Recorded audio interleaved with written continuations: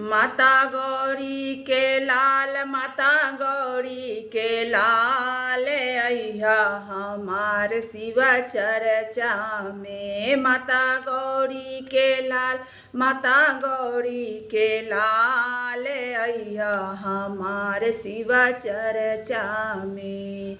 अइहा हमार शिवा चर्चा में, अइहा हमार शिवा चर्चा में। माता गौरी के लाल, माता गौरी के लाल, अइहा हमार शिवा चर्चा में। माता गौरी के लाल, माता गौरी के लाल, अइहा हमार शिवा चर्चा में।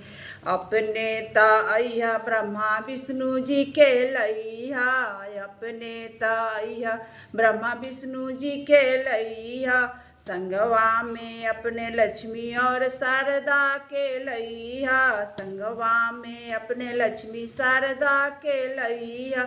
जो हब रहिया तोहार, जो हब रहिया तोहार, अइहा हमार शिवा चर्चा में। जो हब रहिया तोहार, जो हब रहिया तोहार, अइहा हमार शिवा चर्चा में।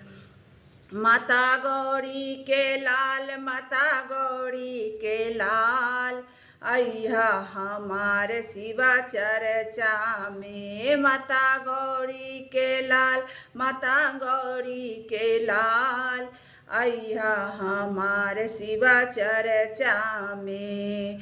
अपने ता अइहा भोले बाबा के लइहा, अपने ता अइहा भोले बाबा के लइहा।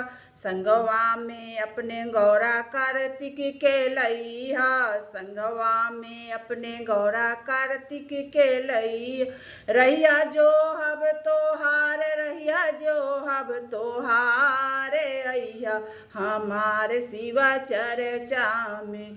रहिया जो हब तोहार, रहिया जो हब तोहार, अइहा हमार शिवा चर्चा में।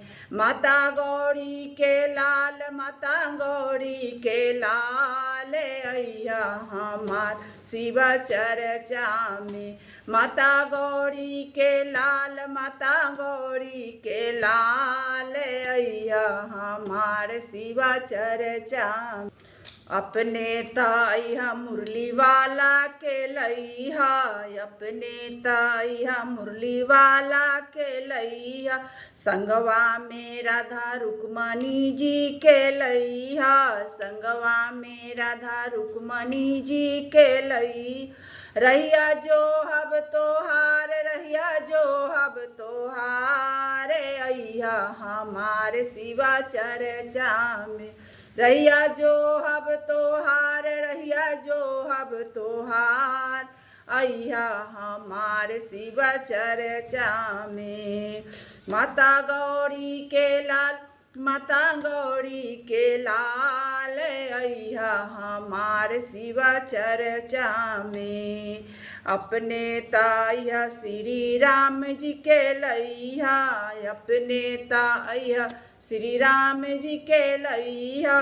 संगवा में अपने सीता लक्ष्मण जी के लइहा, अपने ता अइहा सीता लक्ष्मण जी के लइहा।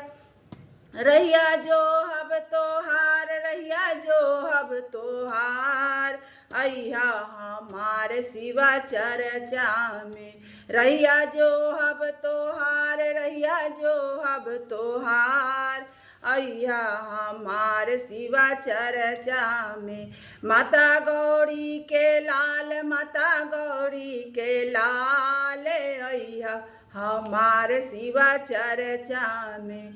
माता गौरी के लाल, माता गौरी के लाल, अइहा हमार शिवा चर्चा में।